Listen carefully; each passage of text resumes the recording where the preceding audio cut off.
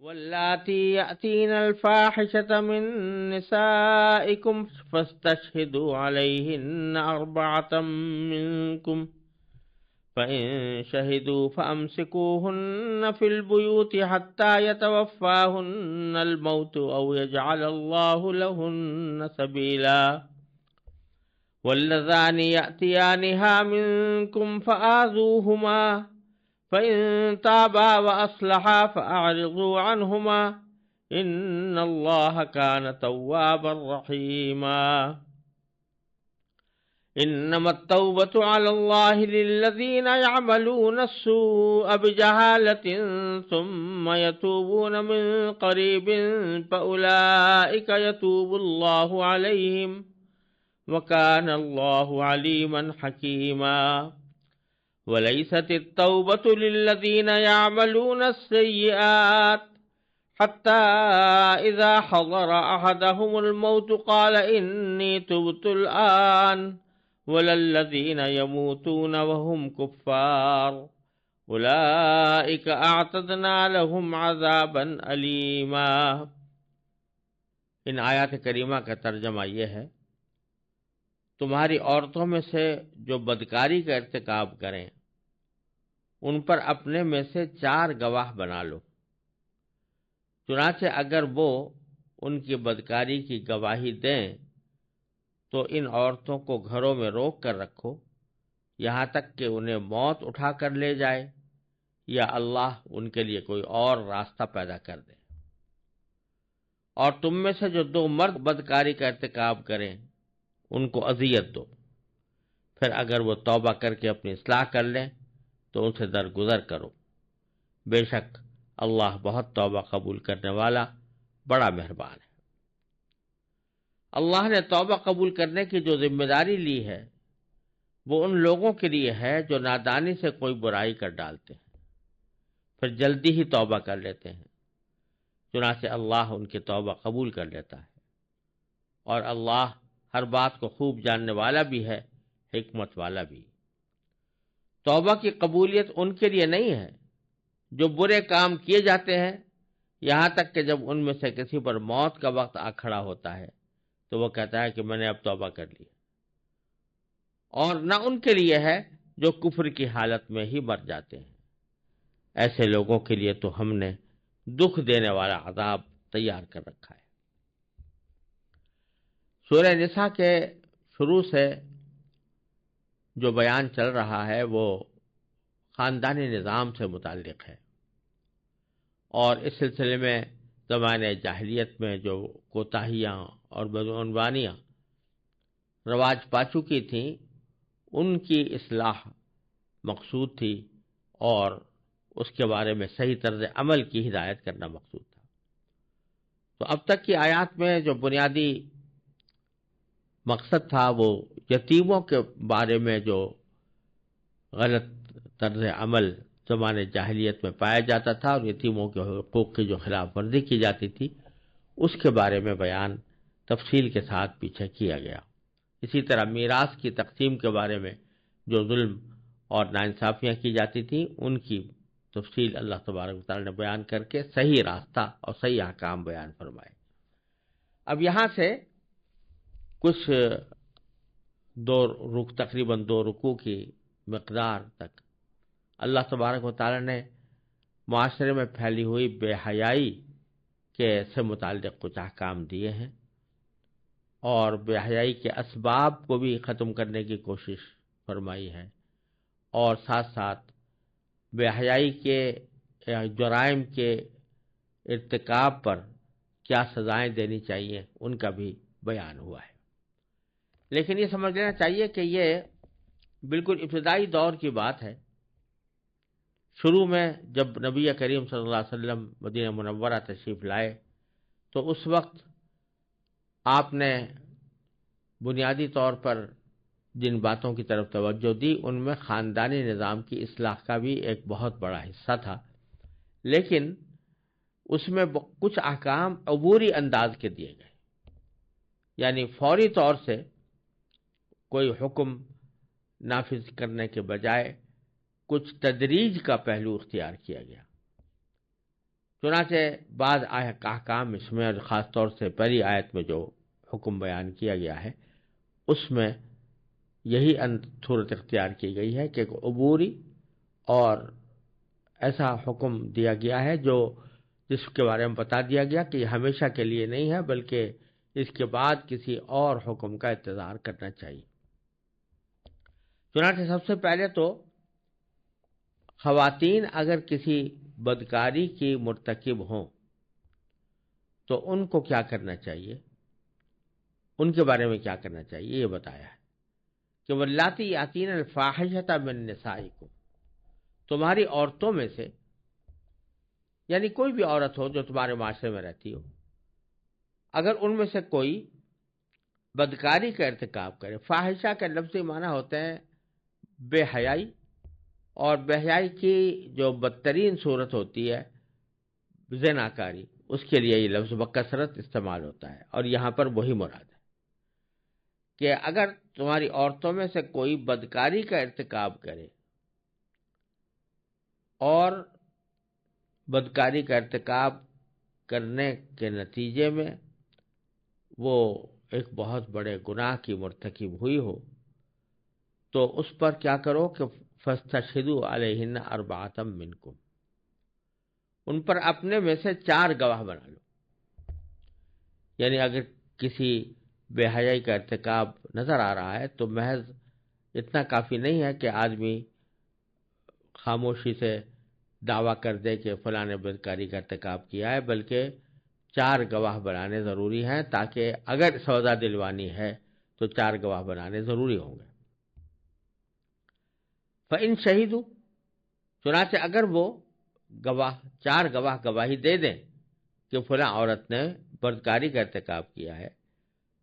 تو فَأَمْسِكُوهُنَّ فِي الْبُيُوتِ، تو ان عورتوں کو گھروں میں روک کر رکھو، یعنی گھروں میں قید کر دو، ایک طرح سے ہاؤس اریسٹ کر دو کہ اس سے باہر وہ گھر سے باہر نہیں جا سکیں گی، اور یہ اپنے گھروں میں رہیں گی، محبوس رہیں گی، حتیٰ یتوفاہن الموت، یہاں تک کہ یا تو موت اٹھا کر ان کو لے جائے، او یجعل اللہ لہن سبیلا، یا اللہ ان کے لیے کوئی اور راستہ پیدا کر دے، یا اللہ اور کوئی راستہ پیدا کر دے۔ اس میں اشارہ فرما دیا گیا کہ یہ حکم عبوری ہے، جب تک کوئی باقاعدہ حکم نہیں آتا اس وقت تک کے لیے یہ حکم ہے کہ ان کو گھروں میں روک کر رکھو، لیکن جب کوئی اللہ تعالی کی طرف سے باقاعدہ حد کا حکم آ جائے گا تو پھر اس کے اوپر عمل کرنا ہوگا۔ چنانچہ یہ حکم عبوری رکھا گیا تھا، اور بعد میں پھر سورہ نور کے اندر زنا کی سزا کی تفصیل بیان ہو گئی، اور پھر نبی کریم سرورت عالم صلی اللہ علیہ وسلم نے اپنی احادیث میں صراحت کے ساتھ بتا دیا کہ یہ اللہ نے جو دوسرا راستہ پیدا کیا ہے وہ کیا ہے، اور اس کی تفصیل رسول کریم صلی اللہ علیہ وسلم نے یہی فرمائی کہ اگر عورت یا مرد کنوارے ہیں تو ان کو تو 100 کوڑے لگائے جائیں گے اگر 4 گواہیوں سے ان کی بدکاری ثابت ہو جائے، اور اگر وہ شادی شدہ ہیں اور ان کے اندر احسان کی شرائط پائی جاتی ہیں تو اس صورت میں ان کو رجم کیا جائے گا، یعنی سنسار کیا جائے گا۔ لیکن یہ حکم بعد میں آیا، شروع میں اللہ تبارک و تعالیٰ نے سورہ نساء کے اندر اتنا ہی حکم دیا تھا کہ اگر کوئی بدکاری کا ارتکاب کرے، تو کوئی عورت بدکاری کا ارتکاب کرے تو اس کو اپنے گھروں میں قید کر دو، یعنی قید سے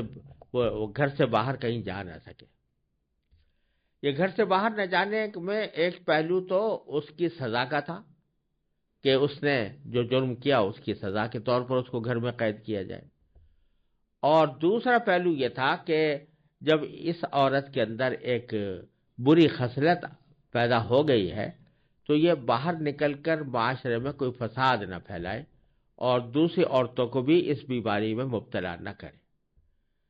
لیکن یہ حکم عارضی تھا، اور بالآخر پھر وہی حکم سورہ نور میں اور نبی کریم صلی اللہ علیہ وسلم نے حضرت عبادہ بن صامت رضی اللہ تعالیٰ عنہ کی حدیث میں بیان فرما دیا کہ اب اللہ نے یہ راستہ پیدا کر دیا ہے کہ غیر شادی شدہ کو کوڑے 100 لگا کر چھوڑ دیا جائے گا، اور شادی شدہ محسن کو رجم کیا جائے گا۔ یہاں ایک بات یہ بھی سمجھنے کی ہے کہ شروع میں یہ عبوری حکم دینے کی، شروع ہی میں ایک دم سے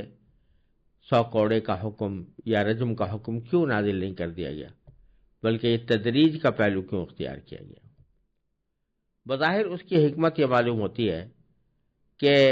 عرب کا وہ معاشرہ جس میں رسول کریم صلی اللہ علیہ وسلم تشریف لائے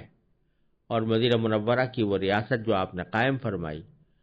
اس میں لوگ ابھی اتنی سخت سزاؤں کے شاید متحمل نہ ہوتے۔ اس واسطے اس سخت سزاؤں سے پہلے ایک عبوری مرحلہ ایسا رکھ دیا گیا کہ سزا تو مل جائے اور لوگوں کو پتہ چل جائے کہ یہ بہت برا کام ہے، لیکن جہاں تک تعلق ہے اس کی شدید ترین سزا کا، اس کو تھوڑے عرصے مؤخر کیا جائے، شاید یہ حکمت ہوگی۔ کیونکہ عرب معاشرہ ایسا تھا کہ جس میں چند برائیاں بالکل برسر عام ہوتی تھیں اور ان کو بعض اوقات مایہ فخر بھی سمجھا جاتا تھا۔ مثلا لڑائی جھگڑے، قتل و غارت گری، یہ تو ان کا روزمرہ کا معمول تھا ہی اور اس پر فخر بھی کرتے تھے۔ اسی طرح یہ بدکاری کا گناہ بھی ایسا تھا کہ اس کے اوپر بھی بعض اوقات فخر کرتے۔ شاعر لوگ اپنے قصیدوں میں فخریہ بیان کرتے تھے کہ ہم نے معاذ اللہ زنا کا ارتکاب کیا۔ تو اس وجہ سے اس کی چونکہ برائی بہت پھیلی ہوئی تھی اور برائی کا چلن بہت زیادہ تھا اور اس کی کراہت اتنی زیادہ دلوں میں نہیں تھی، اس واسطے اگر فوراً حکم آ جاتا کہ سنسار کر دیا جائے یا 100 کوڑے لگائے جائیں تو شاید اس کو قبول کرنے اور اس کو ہضم کرنے میں دشواری ہوتی۔ تو اس واسطے اللہ تبارک و تعالی نے پہلے قدم پر یہ حکم دیا کہ ان کو گھروں میں قید کر لو یہاں تک کہ ان کو موت آ جائے۔ اسی طرح مرد نے اگر کوئی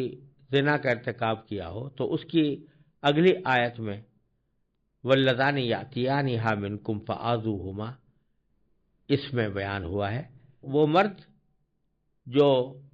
جنہوں نے اس بے حیائی کا ارتکاب کیا ہو تم میں سے، تو ان کو اذیت دو۔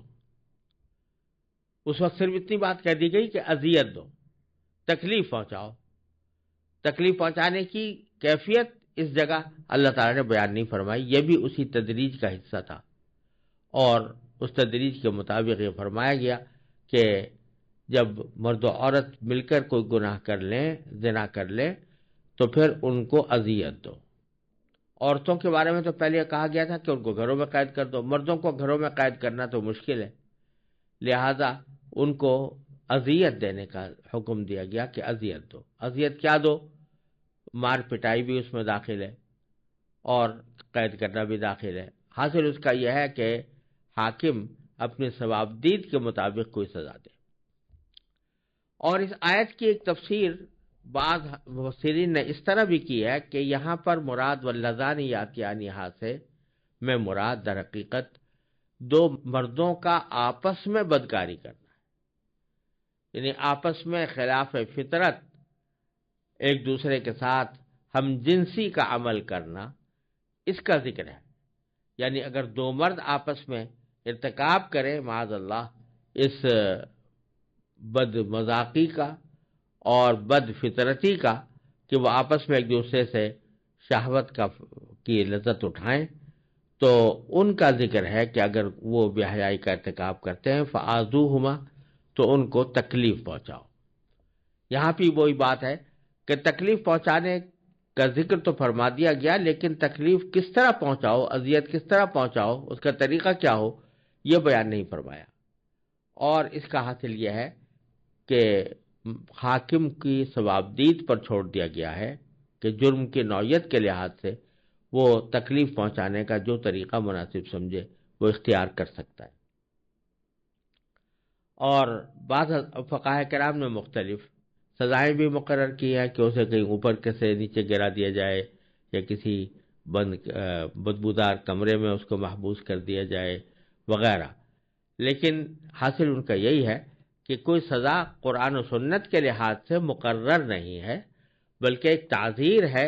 اور حاکم اپنی ثوابدید کے مطابق جو تکلیف پہنچانے کا طریقہ اختیار کرنا چاہے وہ کر سکتا ہے۔ آگے پھر فرمایا کہ فَإِن تَابَا وَأَصْلَحَا فَأَعْرِضُوا عَنْهُمَا، اگر یہ سزا مل گئی ان کو، عورتوں کو بھی مل گئی مردوں کو بھی مل گئی، اس کے بعد اگر یہ توبہ کریں اور اپنی اصلاح کر لیں، فَأَعْرِضُوا عَنْهُمَا، تو پھر ان سے درگزر کرو۔ یعنی معنی یہ ہے کہ جب ایک مرتبہ سزا ان کو دے دی گئی اور سزا بھی اچھی خاصی سخت دے دی گئی کہ عورت کو گھر میں قید کر دیا گیا، مرد کو تکلیف پہنچائی گئی، اب بعد میں انہوں نے توبہ کر لی کہ وہ آئندہ ہمیں ایسا گناہ کرنا نہیں ہے، اور اپنی اصلاح بھی کر لی، تو پھر اب ان کو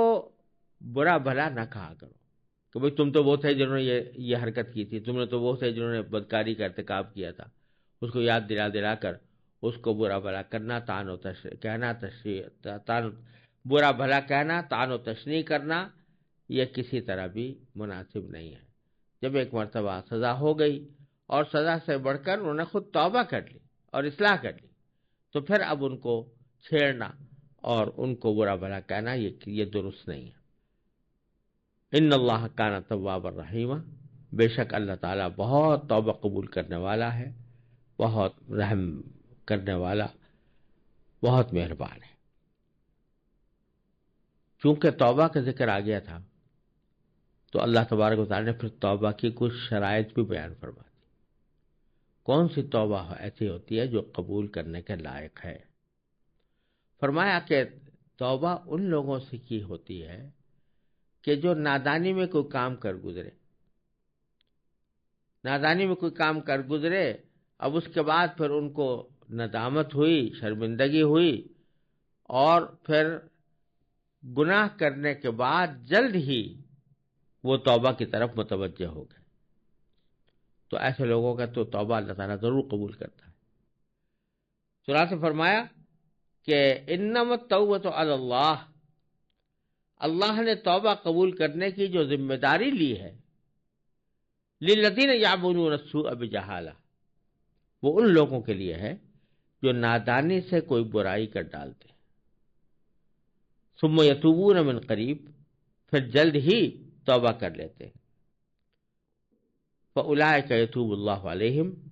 چنانچہ اللہ ان کی توبہ قبول کر لیتا ہے، وکان اللہ علیما حکیما، اور اللہ ہر بات کو خوب جاننے والا بھی ہے، حکمت والا بھی۔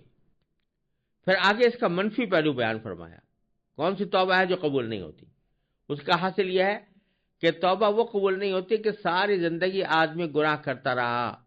بے حیائی کا ارتکاب کرتا رہا، معصیتوں میں مبتلا رہا، نافرمانی کرتا رہا، اور اس خیال میں رہا کہ آخر میں جا کے توبہ کر لوں گا۔ اب جب موت اس کے سامنے آ گئی، نزع کی حالت طاری ہو گئی، جان نکلنے لگی، اس وقت کہتا ہے کہ میں توبہ کرتا ہوں۔ تو خوب سمجھ لینا چاہیے کہ توبہ کا دروازہ یوں تو اللہ تعالیٰ نے ہر وقت کھلا رکھا ہے، لیکن جب انسان کے اوپر نزع کی کیفیت طاری ہو جائے، سکرات موت میں انسان مبتلا ہو جائے، اس وقت توبہ کا دروازہ بند ہو جاتا ہے، پھر توبہ نہیں ہو سکتی، کیونکہ جو کچھ عمل کا وقت تھا وہ گزر گیا، اب تو بدلے کا وقت آ رہا ہے، جزا کا وقت آ رہا ہے، اس واسطے اس وقت میں توبہ قبول نہیں ہوتی۔ تو باری تعالیٰ فرماتے ہیں وَلَيْسَتِ التَّوْبَةُ، اور توبہ نہیں ہوتی لِلَّذِينَ يَعْمَلُونَ السَّيِّئَاتِ، ان لوگوں کی کہ جو برائی کا کام کرتے رہتے ہیں، حَتَّى إِذَا حَضَرَ أَحَدَهُمُ الْمَوْتُ، یہاں تک کہ جب ان میں سے کسی کے پاس موت آ بیٹھتی ہے یا چلی آتی ہے، موت کا وقت آ کھڑا ہوتا ہے، تو قال انی تبت الآن، تو وہ کہتا ہے کہ انی تبت الآن، اب میں نے توبہ کر لی۔ تو ایسے لوگوں کی توبہ کیسے قبول ہوگی؟ کیونکہ یہ کوئی ندامت کی بات نہیں، یہ تو کھیل ہے کہ بھائی جب ساری زندگی توبہ کے بھروسے گناہ کرتے رہے، اور آخر میں جب موت کا سامنے آ کھڑی ہوئی، فرشتے نظر آنے لگے، نزع کی حالت طاری ہو گئی، اس وقت آدمی کہے کہ میں توبہ کرتا ہوں، تو یہ توبہ جھوٹی توبہ ہے، یہ اللہ تعالیٰ کو منظور نہیں۔ وَلَلَّذِينَ يَمُوتُونَ وَهُمْ كُفَّارٌ، اور اسی طرح ان لوگوں کی توبہ بھی قبول نہیں ہوتی جن کا انتقال کفر کی حالت میں ہو ان کی توبہ قبول نہیں ہوتی، کیونکہ وہ توبہ ہوئی نہیں، مر گئے وہ اس حالت میں کہ کفر کی حالت میں تھے۔ تو اب وہ اگر فرض کرو مرنے کے بعد توبہ کریں قبر میں جانے کے بعد، تو وہ توبہ کیسے قبول ہوگی؟ کیونکہ دار العمل کے اندر یہ توبہ نہیں ہوئی اور عمل کا سلسلہ ختم ہو چکا، اب یوم الجزا شروع ہو گیا ہے۔ اولئک اعتدنا لهم عذابا الیما،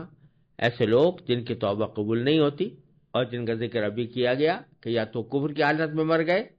یا ساری زندگی گناہ کرنے کے بعد توبہ کی توفیق زندگی میں نہیں ہوئی بلکہ نزا کے وقت میں توبہ کرنے والے ہوں، تو ایسے لوگوں کے لیے ہم نے دکھ دینے والا عذاب تیار کر رکھا ہے۔